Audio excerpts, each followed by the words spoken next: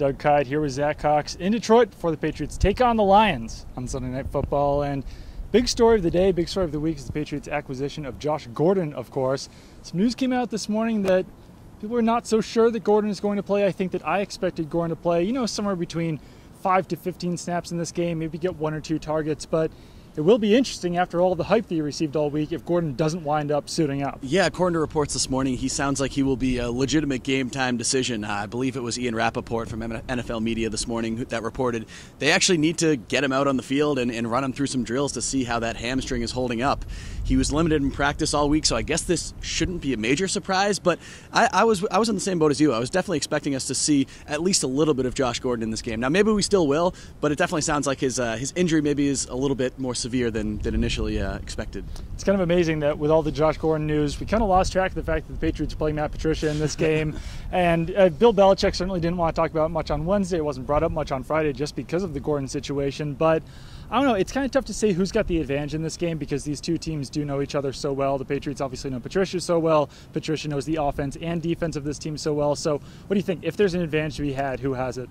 I think it's still probably on the side of the Patriots just because they have Bill Belichick.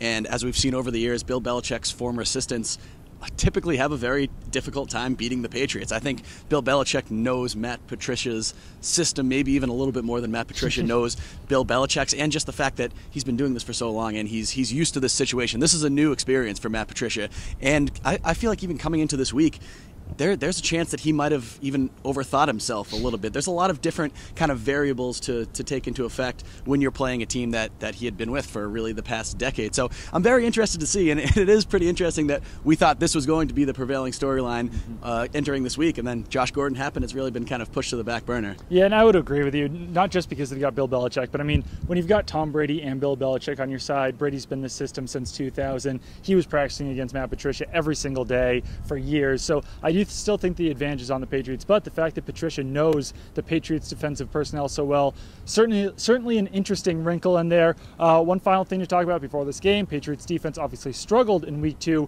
against the Jaguars. Now they will be playing without Trey Flowers, Patrick Chung, and Eric Rowe. So obviously you'll have the young defensive ends like Derek Rivers, Keontae Davis have to step up for Trey Flowers. Maybe we'll see some Jason McCourty, a little bit more of Jonathan Jones. Anyone else do you expect to see who might be kind of under the radar in this game? Well, I think we'll probably see J.C. Jackson, the rookie cornerback, at least active in this game. I'm not sure how much of a role he will have on defense. He might just be a special teams guy, but I mean, with 4 guys already ruled out for this game, you're going to need to see some of those guys who were inactive at healthy scratches the first 2 weeks get into that lineup.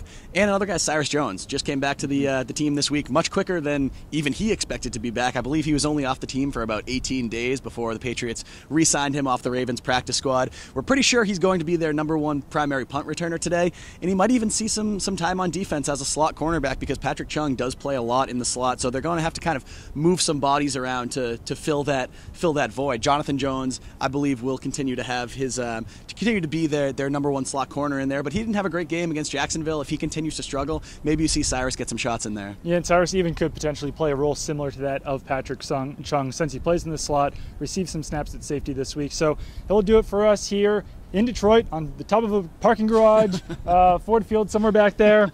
But keep it on NESN.com for all of your Patriots coverage. Follow me on Twitter at Doug Kide. Follow Zach on Twitter at Zach Cox Nesson. And we'll be back after the game.